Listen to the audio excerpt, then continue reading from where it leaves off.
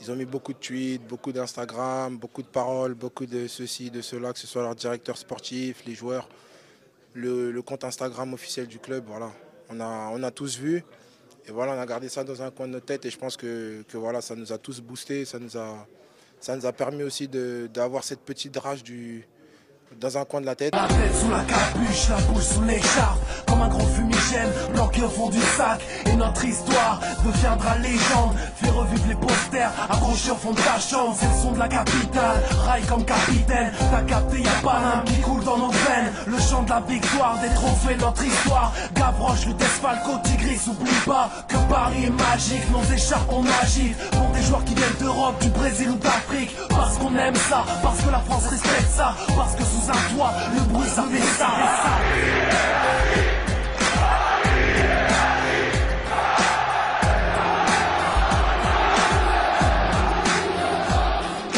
D'Auteuil à Boulogne, ici c'est Paris, ici c'est Paris, c'est la ville lumière, ici c'est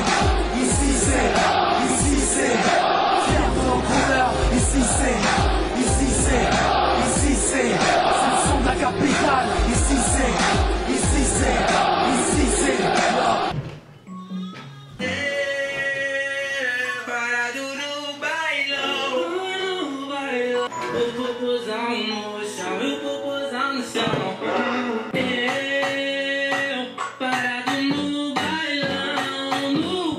Si un jour on m'avait dit que je serais heureux après avoir vu des couilles, mais vraiment des couilles d'êtres humains, des couilles grosses comme le monde, je t'aurais jamais cru frérot. Mais là moi j'ai vu des couilles au Parc des Princes, j'ai vu ce qui manquait depuis 4 ans au Parc des Princes, j'ai vu ce qui manquait à ce club depuis 4 ans au Parc des Princes, des couilles. On en réclame, on en a eu ce soir. Et pardonnez-moi de l'expression encore une fois, mais je suis pas le seul à avoir vu des couilles au Parc des Princes mercredi soir. Demande à lui, il en a vu des couilles au Parc des Princes, il les a même pris sur le front carrément. Dis-nous tout, ça fait quoi d'avoir des couilles sur le front pendant 90 minutes frérot? Ça doit être une sensation assez étrange. Bon, il a pas envie de s'exprimer ce soir, il est un peu timide dans les grands rendez-vous. Par contre, je vais remplacer la coque. Je veux quand même que mon iPhone soit protégé, tu vois. Je veux pas que ce soit protégé une fois sur deux. Non, parce que moi j'ai besoin que mon iPhone, voilà, tu vois, j'ai pas envie que mon iPhone il casse. Donc à un moment donné, voilà, moi il me faut un truc solide. Merci Coque de Sport pour les coques, elles sont incroyables, bien dans la description. Code de réduction 10%, PFUT10, je compte sur vous pour envoyer. Salut tout le monde, c'est Paoletta, vous savez pourquoi on se retrouve aujourd'hui, j'espère que tout le monde va bien. Pour ma part, vous en doutez bien, je vais plutôt bien par rapport aux années précédentes et par rapport à cette période, parce que normalement on n'est pas heureux en mars les gars, vous le savez très bien, on n'est pas heureux. On se retrouve pour le plus beau match de ma vie, numéro je ne sais plus combien. Alors juste par mesure de sécurité, je vous préviens avant de démarrer cette vidéo, je ne citerai pas le nom de la maladie chelou qui tourne en ce moment, la maladie de la chauve-souris. Vous savez très bien de quoi je parle, tout simplement car YouTube démonétise absolument toutes les vidéos où la maladie est citée, même une fois. J'ai eu le cas avec ma dernière vidéo, ça m'a coûté une belle démonétisation. En plus de nous prendre notre santé, elle va nous prendre notre oseille bientôt la chauve-souris. Du coup, quand je voudrais parler de cette maladie, je l'appellerai tout simplement le Hapoula Rusvi, ok? Le Hapoula Rusvi. Vous savez très bien pourquoi on se retrouve 8ème de finale de Ligue des Champions, retour entre le Paris Saint-Germain et le Borussia Dortmund. Comme chaque 90, et je le répéterai jamais assez, arrêtez d'arriver en retard au stade les gars si vous voulez pas. Non bah si, du coup tu peux arriver en retard au stade vu que tu verras pas le match. Donc tu prends la décision de jouer ce match à huis clos pour éviter bien sûr les rassemblements de supporters, mais par contre tu laisses les supporters se rassembler à 200 mètres du stade tranquillement. Genre, vous trouvez pas qu'il y a une logique un peu débile là? Non, parce que si de l'autre côté tu laisses 4, 5, 6 000 supporters parisiens devant le stade, je vois pas ça va être quoi la différence entre les faire entrer ou les laisser devant le stade. Tu vois ce que je veux dire? Je trouve ça mais débile à un point, c'est n'importe quoi. Bref, je suis là pour parler football et je vais pas m'aventurer dans la politique, etc. Envoie les compos, Jean-Yves. La compo du Paris Saint-Germain. Maintenant, grâce à Thomas Tuchel, on attend plus la compo que le match en lui-même, tellement il nous fait des trucs chimiques. Match retour, tout simplement, bah Thomas Tuchel a enfin arrêté de faire l'idiot de la bourgade et il revient à un système que les joueurs connaissent un minimum, tu vois, parce que voilà, on a compris à l'aller que c'était une énorme connerie ce qu'il avait fait. Du coup, il revient à un 4-4-2 un peu plus classique. Dans les cages, Keylor Navas, voilà, vous pouvez dormir sur vos deux oreilles, vous pouvez même dormir pendant le match, vous inquiétez pas, ça va aller. La charnière centrale, Kimpembe, Marquinhos, assez inédite. La dernière fois, moi, le dernier souvenir que j'ai de la charnière Kimpembe, Marquinhos, c'était un certain 14 février 2017, il me semble, contre le Barça au Parc des Princes. Vous vous souvenez de cette charnière mais si on fait encore des cauchemars de cette charnière Kimpembe, Marquinhos, tout simplement parce que Thiago Silva a des maux de ventre, toujours en mars, il a une santé un petit peu, on sait pas pourquoi, mais en mars, vraiment lui, c'est pas la maladie de la chauve-souris, c'est les maux de ventre. Juan Bernat à gauche, Kerrer à droite, ça me fait très peur Kerrer à droite, mais quand t'as pas le choix, t'as pas le choix. Le milieu de terrain assez inédit, Gallagher et Paredes qui ont quasiment jamais joué ensemble, hein, il me semble, vous me corrigerez, mais je crois qu'ils ont jamais joué ensemble. Paredes cette semaine, bon je crois qu'il a pas baisé la fille de Tourelle cette semaine, il s'est abstenu au moins cette semaine pour être là dans le 11, parce qu'on a absolument toujours pas compris pourquoi il était pas là en Allemagne, il était même pas dans le groupe en Allemagne. Bon là, on avait absolument besoin de lui, voilà, il y a pas Marco Verratti, on sait très bien que s'il n'y avait pas Paredes, je sais pas qui l'aurait mis. Di Maria, Neymar, on va dire sur les côtés pour épauler la doublette d'attaquants devant Cavani, Sarabia. Cavani, Sarabia, bon en vrai de vrai ça m'étonne pas, je pense qu'on n'a pas vraiment été étonné. On sait très bien qu'Icardi, voilà c'est pareil, lui c'est encore une histoire avec la fille de Thomas Tuchel, c'est sûr, parce que je comprends pas comment un joueur comme Icardi, depuis qu'il est arrivé, il joue tous les matchs et du jour au lendemain il ne joue plus un seul match, vraiment il joue plus rien Mauro Icardi. Et si Mauro Icardi ne prolonge pas au Paris Saint-Germain, ce sera tout simplement à cause de Thomas Tuchel qui ne le fait plus jouer du jour au lendemain, on ne sait pas pourquoi, désolé ça m'énerve un peu. Après pour ce match là c'est assez logique que Cavani et Sarabia soient alignés, voilà Cavani tout simplement parce que sur les derniers matchs c'est lui qui était aligné, donc c'est plutôt logique de le voir ce soir pour la Ligue des Champions. Cavani Sarabia, il allait pas aligner Cavani Icardi je pense. Alors vous me direz Sarabia invité surprise de la compo obligé, tout simplement parce que Kylian Mbappé apparemment je sais pas ce qu'il a, il a la mal à la gorge, il va au camp des loges torse nu, je sais pas ce qu'il fait, prend un Lysopaïne, je sais pas, fait un truc. Bref, par mesure de sécurité, comme il s'était pas entraîné pendant 2 jours, voilà Kylian Mbappé sera sur le banc pour ce match. Bon du côté des gilets jaunes c'est à peu près la même compo qu'à l'aller il me semble. Bref, il y a François en pointe, t'inquiète pas, il y a Witsel, il y a Emre Can, tout ça, Bourka dans les cages, il y a tout le monde, t'inquiète. Et comme chaque 90, fallait pas arriver en retard pour voir Erling François Hollande ricaner, parce que je trouve qu'il ricane beaucoup, vraiment toujours détendu, il ricane très bien. Très rapidement dans le match, voilà les joueurs du Borussia Dortmund la jouent très dur sur Neymar comme il l'avait fait à l'aller et comme ils le referont s'il y avait eu 8 matchs PSG Dortmund je pense. Sauf que là la différence avec le match aller c'est qu'il y a un mec qu'ils connaissent pas dans l'équipe du Paris Saint-Germain et ils vont apprendre à le connaître, Leandro Paredes.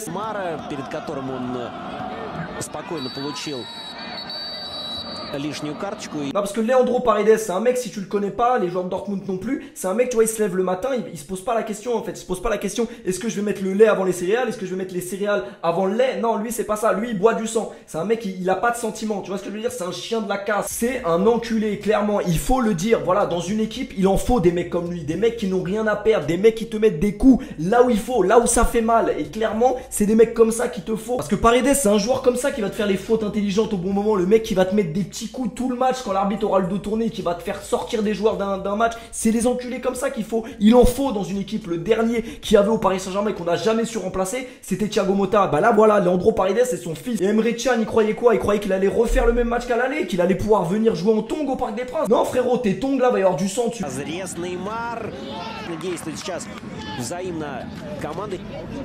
Bon Neymar qui tombe sur un contact anodin, j'ai pas l'impression qu'il y a faute en plus, il se fait mal à l'épaule, mais en rajoutant un peu parce que je pense qu'il peut éviter cette chute, voilà il tombe sur l'épaule. Alors Neymar même quand tu te dis il y a rien, genre c'est rien, tu vois il a pas pu se blesser sur ça, bah il peut se blesser, c'est un mec vraiment je pense, même pendant des rapports sexuels il pourrait se blesser le mec. Bon suite à cette mauvaise chute apparemment tout le match il a eu mal, parce que tout le match il était là machin, il se touchait l'épaule, donc à mon avis il a joué tout le match à 70% parce que si son épaule lui fait mal, même si voilà c'est pas avec l'épaule que tu marques des buts, bien sûr que tu as besoin de ton épaule pour être à 100% dans un match de foot de Ligue des Champions. Neymar n'est pas sorti de ce match et c'est tout à son honneur, il aurait pu très bien fuir ses responsabilités, il l'a pas fait. Maria, oui, il est bon ce ballon, il est bon ce ballon, Cavani, il est bon, l'arrêt de Burki. Bon, première occasion pour le Paris Saint-Germain, elle est pour Edinson Cavani. Bon bah comme après chaque sortie chasse et pêche, hein, Edinson Cavani a du sang sur les mains. Là, à un moment donné, voilà, il faut quand même le dire, Eddy, on t'aime bordel de merde. Mais là, tu dois voilà, tu dois la terminer, tu dois la finir. Mais bon, pour sa défense, Bourka la touche quand même, parce que s'il la touche pas, ça fait but. Clairement, il faut le dire. Donc voilà, première occasion.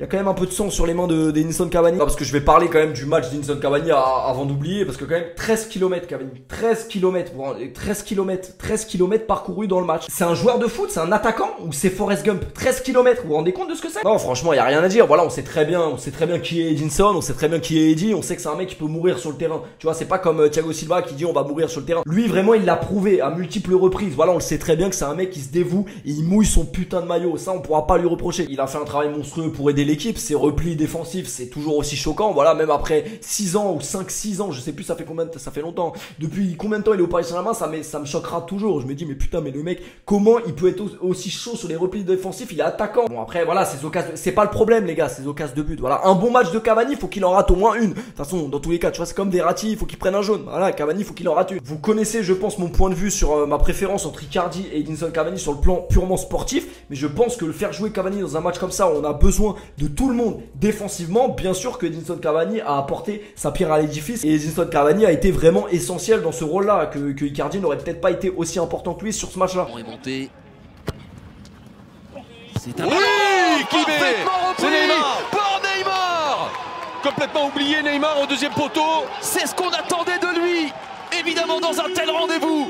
Le Brésilien entrouvre la porte des quarts de finale. Hakimi, merci, ouais. Alors peut-être que Hakimi était dans ses pensées qu'il était déjà au Real Madrid et qu'il pensait que derrière c'était Sergio Ramos qui pouvait être dispensé de marquage. Non mais vraiment parce que c'est Zagadou derrière, frérot, prends ton joueur au marquage. Ah non, par contre j'espère que Achraf Hakimi il prend mieux au marquage sa meuf que Neymar, parce que sinon elle doit faire de sacrées dingueries pendant qu'il est sur les terrains de foot. Ah pour moi c'est clairement une faute professionnelle, parce que clairement s'il n'y a pas cette erreur de concentration de Hakimi, peut-être qu'à la mi-temps on mène même pas au score, tu vois. C'est vraiment, je la mets au même niveau que c'était Roberto Carlos, je crois, à la Coupe du Monde France-Brésil. Sur le coup franc de Zinedine Zidane, Roberto Carlos il est en train de refaire ses lacets. Je la mets au même niveau que le marquage d'Hakimi là ce soir. Ça fait 1-0 pour le Paris Saint-Germain. Voilà, Neymar pour l'instant irréprochable. Voilà, surtout moi ce qui m'avait vraiment marqué sur ce match, c'est les retours défensifs de Neymar. Neymar qui défend. Neymar et repli défensif, c'est des mots que tu peux pas coller normalement. Ça, tu vois, il y a un bug normalement. Et vraiment, on a tous été choqués, je pense, de voir un Neymar aussi investi. Il voulait gagner sur ce match. Il voulait pas perdre. On l'a vu. Et cette mentalité-là de Neymar et tous les joueurs du Paris Saint-Germain, c'est tous les matchs qui devraient l'avoir, celle-là. Ça fait 1-0 pour le Paris Saint-Germain, c'est très bien, mais si on veut vraiment se mettre à l'abri, il va falloir marquer tout simplement. Marquer, parce que selon moi, cette équipe-là du Borussia Dortmund peut nous en mettre un à n'importe quel moment.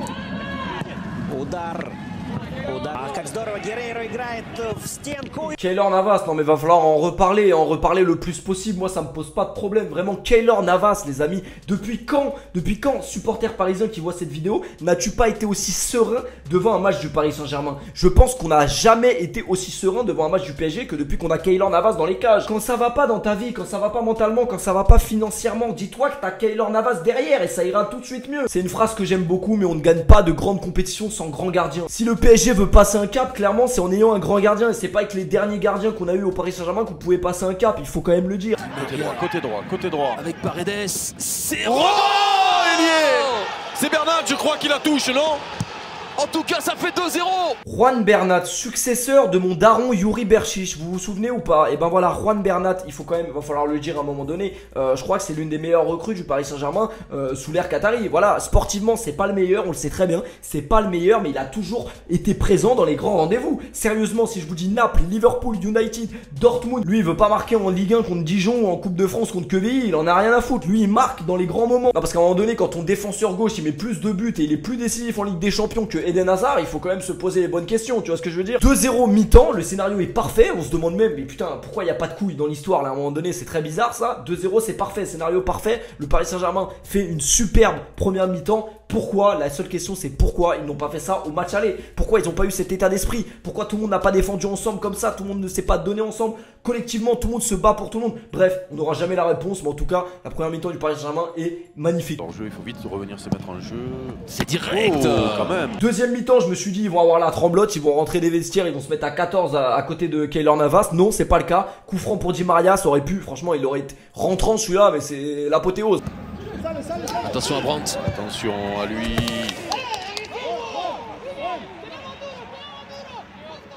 Si, vous l'avez bien compris, c'est Marquinhos qui crie sur ses coéquipiers. Alors nous, on n'a pas l'habitude au Paris Saint-Germain, puisque tout simplement, voilà, Thiago Silva, malheureusement, il a une maladie qui fait qu'à chaque fois qu'il rentre sur un terrain de foot, bah, il a un problème au niveau de corde vocale, il peut pas crier, il devient muet. C'est bel et bien Marquinhos qui gueule sur ses joueurs pour leur dire: les gars, on n'est pas au Camp Nou, reculez pas.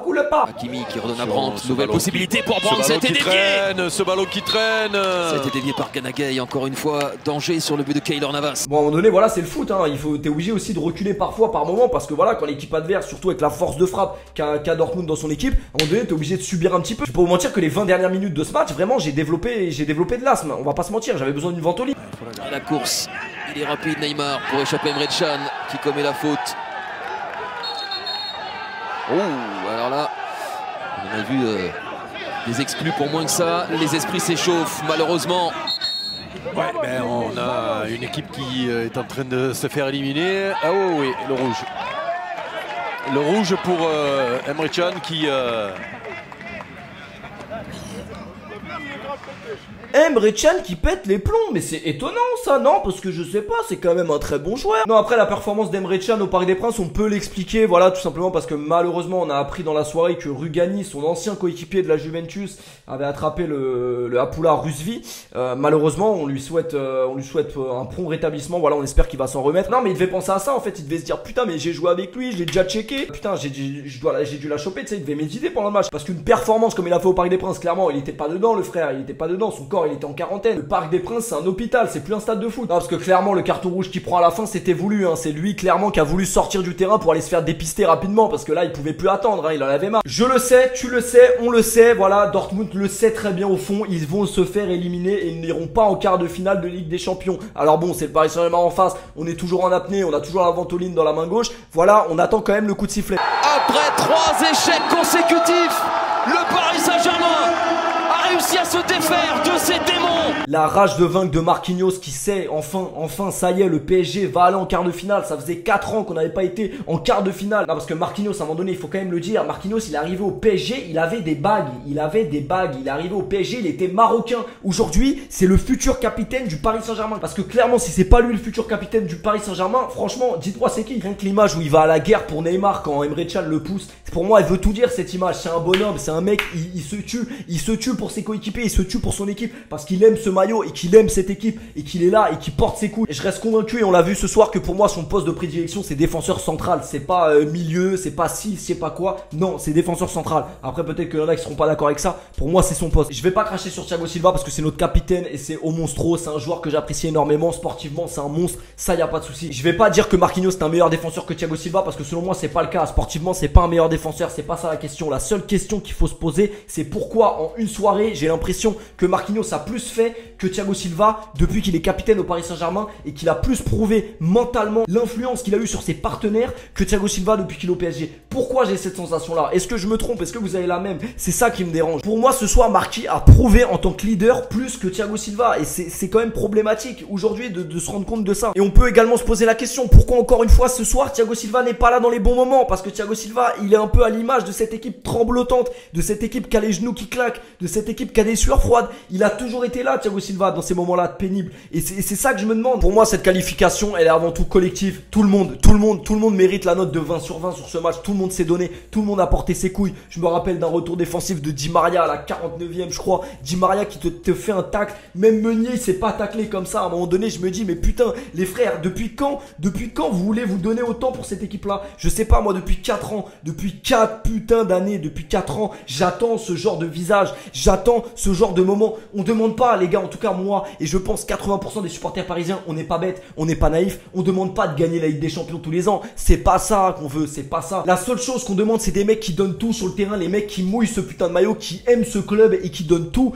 simplement sur le terrain, qui sont impliqués. Après on se fait sortir, on se fait éliminer, on perd, c'est pas le problème. Je veux juste des mecs impliqués et toutes ces années là, les 3-4 ans, les 3-4 dernières années, c'est pas ce qu'on a vu. C'est des défaites où les mecs, c'est pas possible. Tu peux pas te permettre d'être des grands joueurs comme ça et te faire sortir comme ça. C'est juste qu'il y a un problème de mentalité. Et hier, pour la première fois depuis très longtemps, j'ai vu cette image. Ces mecs-là qui s'y sont arrachés sur le terrain, qui se sont donnés pour ce maillot, qui ont mouillé le maillot, qui voulaient pas perdre, qui voulaient gagner, qui voulaient pas rien lâcher. Et c'est ça qu'on veut voir, c'est juste ça. Si hier on prend un but à la 88e et qu'on se fait sortir au penalty avec les couilles, mais les gars, je me serais dit bon, c'est la malédiction, voilà, ces joueurs sont maudits, tout simplement. Mais j'aurais pas craché sur chacun de ces joueurs sur le match qu'ils ont fait hier, parce que hier, pour moi, ils ont tous été irréprochables. De Kerrer à Keylor Navas, à Thiago, non pas Thiago, bah si Thiago Silva il criait dans les tribunes, c'était pas mal. À Neymar, à tout ce que tu veux, à Cavani, tout le monde a été présent et tout le monde a été présent pour ce rendez-vous-là. Encore une fois, la seule question que je me pose, c'est comment on arrive à faire un match comme ça et on fait pas le même à l'aller, on rentre pas, on n'a pas la même mentalité au match aller